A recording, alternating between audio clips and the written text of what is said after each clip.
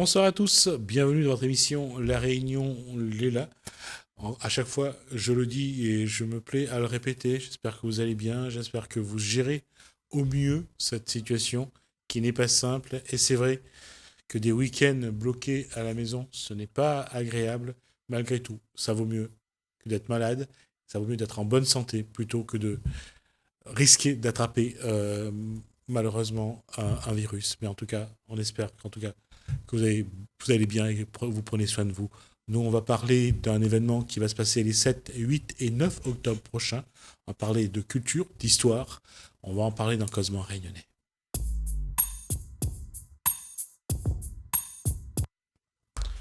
Et là, on va aborder quelque chose dont on a commencé la semaine dernière, c'est de vous présenter le programme.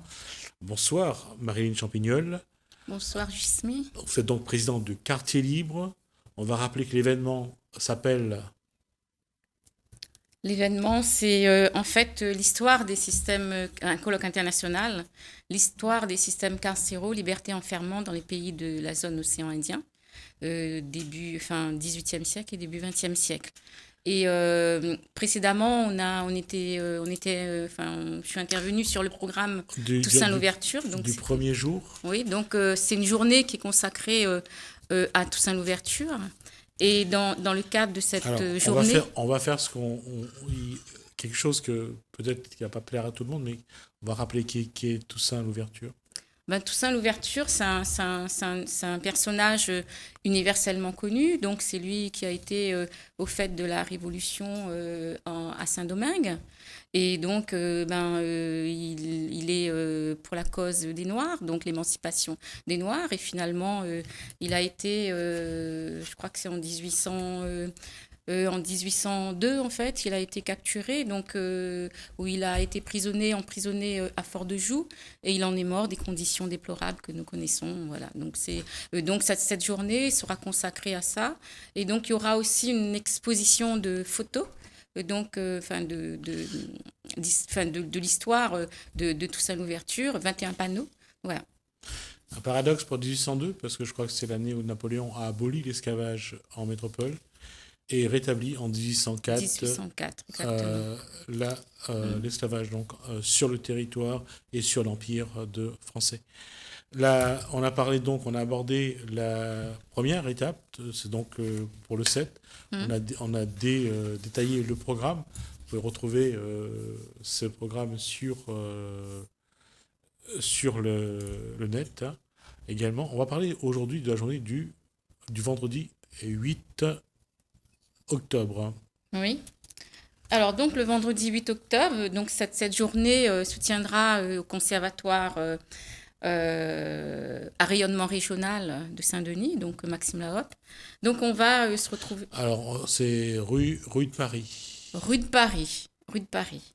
Et donc, ça va être là. Et là, on a quitté donc toute la journée de Toussaint l'ouverture. Donc, on ramène l'exposition de Toussaint l'ouverture au conservatoire régional. On rappelle que la journée se déroule à Saint-André, dans le jardin. Dans le jardin de la mémoire à Saint-André. Donc, on va ramener également l'exposition de Toussaint l'ouverture dans le conservatoire. Et il y aura aussi une cartographie de l'ancienne prison Juette Dodu. On a bien compris qu'on ne pourra pas visiter la prison Juette Dodu malgré, j'ai envie de dire, 3 courriers adressés au préfet, donc sans retour, dont un en recommandé. Donc, je vois bien qu'on va finalement exposer les plans de la prison Juette Dodu. Voilà.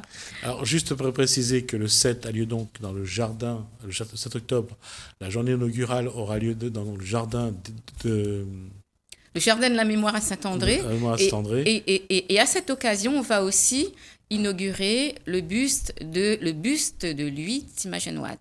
Donc, c'est un personnage historique de Saint-André, donc, qui a quand même il a été emprisonné aussi à la prison Juette Dodu, d'où notre lien avec ce personnage historique de Saint-André. Donc, il a aussi voulu monter une école des Noirs. Donc, vraiment, c'est un personnage à ne pas négliger non plus, qui, pour nous, est historiquement parlant, un personnage clé de l'histoire également. On revient sur donc la journée du vendredi 8 octobre au conservatoire à vocation régionale, à rayonnement régional, donc situé rue de Paris. Alors, dans quel ordre quelle est la chronologie du déroulement de la journée? Oui, alors donc on va essayer donc avec Thierry Gauliris. Alors je précise aussi qu'il va y avoir Antoine Fontaine, c'est un juriste en droit public, donc c'est lui qui va animer durant ces 3 journées. Et il y aura probablement une retransmission en direct, ça sera fait par Thierry Gauliris et probablement Télécréole. Donc voilà, donc on va débuter, enfin là on va être dans la 3e séance en fait, on va être dans la 3e séance. Donc c'est le professeur Prosper Ève qui va intervenir sur état de la prison Juliette Dodu en 1858-1859. Et ensuite, il y aura un débat à chaque intervention, il y aura un débat de 10 minutes. Et ensuite, là, on va passer à Jannick Fontaine, docteur en géographie. Donc, il est professeur certifié. Il va intervenir sur cloisonnement physique et culturel dans l'espace anomique colonial de la Réunion, 19e siècle. Et ensuite, on passe à la 4e séance. 4e séance, en fait, c'est définition de l'évolution du cadre juridique, légal et institutionnel de l'univers carcéral à La Réunion. Et là, on va sur Didier Jean-Benoît Michel. Il est originaire de l'île Maurice. Il est docteur en droit public de l'Université de Maurice. Et il va intervenir sur héritage, esclavagiste et milieu carcéral actuel de Maurice, définition et évolution du cadre juridique et institutionnel. Et débat. Donc, et là, il y a Madame Inda Edili Azema, docteur en histoire, maître de conférence en histoire du droit et des institutions à l'Université de Bordeaux. Son intervention portera sur conception de la peine à La Réunion au XIXe siècle, convergence et différence entre techniques métropolitaines pénales et colonies pénales. Et on aura ensuite, on enchaîne avec Vincent Nigri, qui lui est chercheur à l'Institut des sciences sociales du politique. Il est au CNRS. Université Paris-Nanterre, directeur adjoint de l'école de l'humanité et sciences du patrimoine. Et donc là, il va intervenir directement sur le droit et le patrimoine. Et son intervention s'intitule « Ségrationnisme et justice, représentation coloniale à l'île de la Réunion ». Et là, on va avec un de nos historiens bien aimés qu'on aime bien, enfin qu'on apprécie, Albert Joz, docteur en histoire, chercheur à l'Université de La Réunion. La justice domestique à La Réunion avant 1848. Il faut savoir qu'il a écrit un premier tome, Vivre à Bourbon. Donc, un 2e tome est en préparation qui sortira probablement au mois d'octobre, enfin le 20 décembre, probablement le 20 décembre. Voilà. Et on enchaîne avec Madame Céline Ramsamy-Jancon, docteur en histoire, donc certifiée des lettres, donc professeure certifiée de lettres. Donc elle intervient sur La Réunion, les primes pour capture d'engagés déserteurs, un aspect du système carcéral au XVIIIe siècle. On parlera de Mussard, entre autres. Je pense que dans leur intervention, il y aura probablement le personnage qui sera révélé. Donc, c'est pour ça, moi, je donne les titres pour susciter l'envie. Non, parce que là, je crois que c'est, je ne sais plus quel auteur, c'est Sam Long ou Baxeller qui a sorti le chasseur des Noirs. Alors, il me semble que c'est Baxeller. Le chasseur des Noirs. Oui. Donc, Sam Long pardonnera si c'est... Non, il me semble que c'est... j'ai des doutes maintenant. Bon, alors... C'est pour ça que j'ai dit, je préfère ne pas me lancer parce que je ne sais plus. Oui, j'ai des doutes. Et donc, ensuite, on va avoir Eugénie Dossakenom. Elle est biologiste, ingénieure en biotechnologie, psychologue interculturelle, diplômée en administration et économie de la santé, chercheuse indépendante, en sciences politiques et sociales, consultante en gouvernance et conférencière. Elle est du Bénin et donc elle intervient sur incarcération et enfermement, un double traumatisme pour les habitants des îles, cas des populations de l'océan Indien. Donc, tu l'as interviewé, il me semble, en 2019. En 2019, j'ai interrogé, ouais.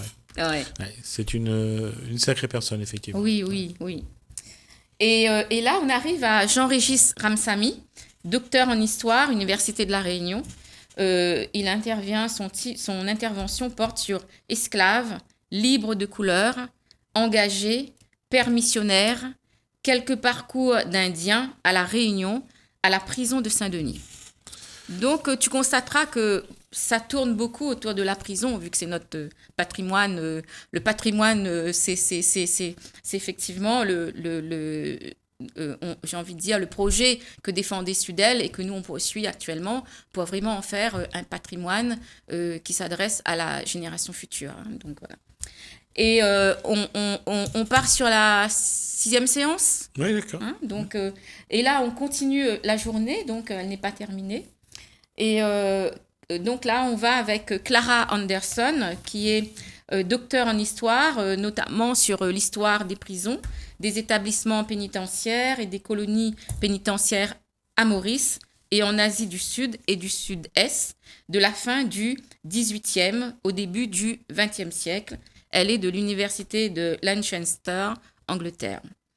Et son titre, carcéral, connexion, écrit en anglais, donc c'est pour ça que je dis en français, dans l'océan Indien.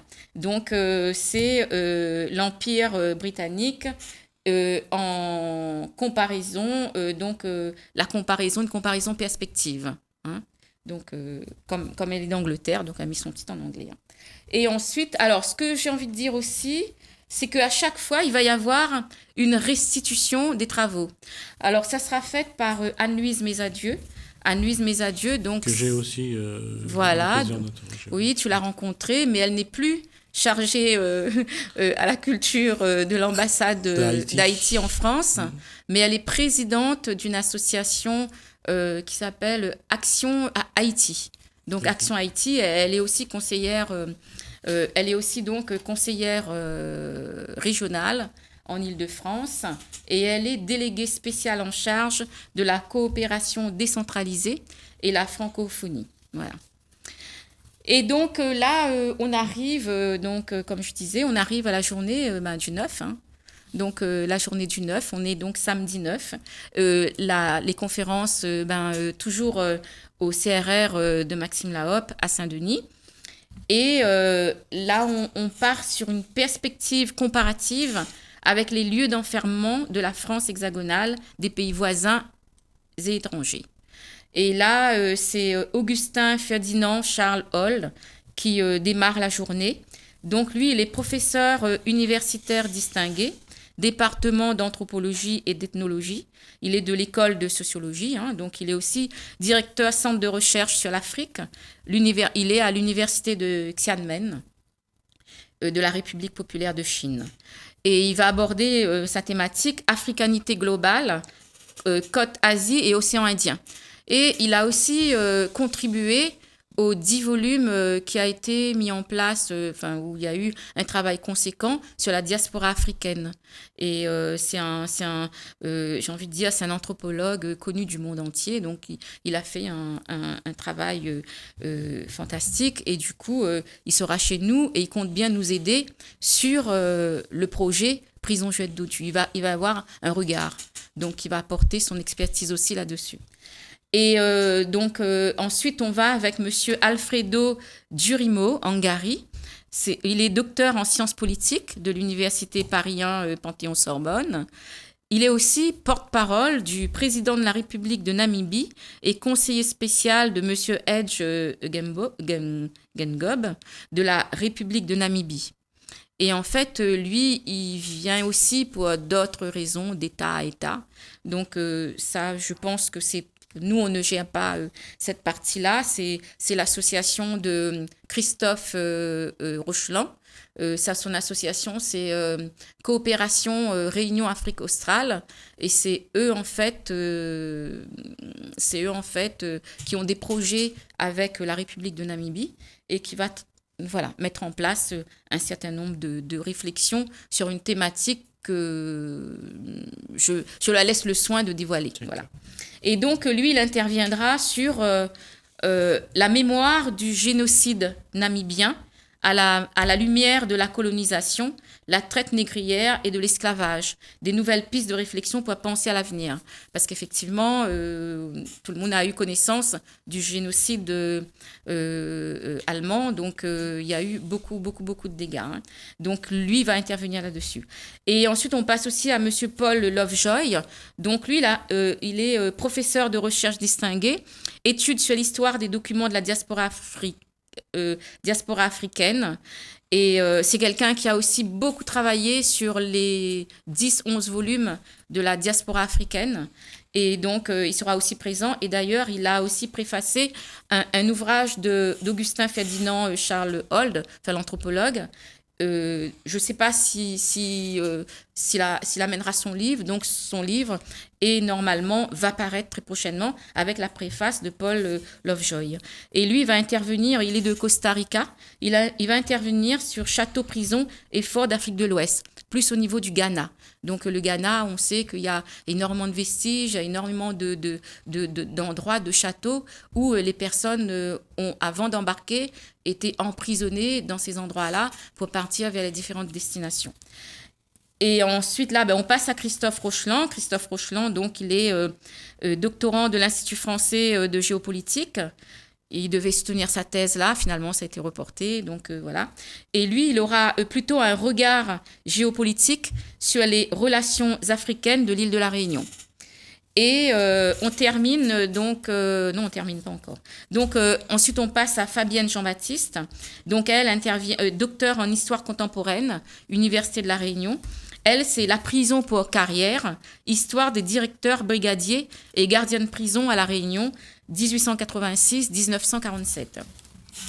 Normalement, cette conférence devait se situer dans la première journée, mais compte tenu de son indisponibilité à la première journée, donc elle interviendra à ce niveau-là. On a aussi monsieur Mlaili Kondro. Donc, il est docteur en linguistique et chercheur, Université de Limoges. Il est de Mayotte. Donc, il intervient sur la mémoire des déchets, l'échange et la condition civile à Mayotte. En fait, voilà, donc il va intervenir là-dessus. Et on passe à Madame Beninia Zimba, docteur en histoire, professeure à l'Université Eduardo de Maputo. Elle est de Mozambique. Ouais, c'est ce que j'avais précisé, oui. Maputo, c'est Mozambique. Oui, c'est Maputo, donc elle est de Mozambique. Oui. Et elle intervient sur... son thème, c'est de l'Afrique de l'Est à l'océan Indien occidental, traite des esclaves et liberté des esclaves au XIXe siècle. Il y aura un débat, ensuite on va passer à la restitution des travaux, et ensuite il y aura Anne-Louise Mesadieu, donc conseillère régionale d'Île-de-France, déléguée spéciale en charge de la coopération décentralisée et la francophonie, présidente Action pour Haïti, c'est une haïtienne.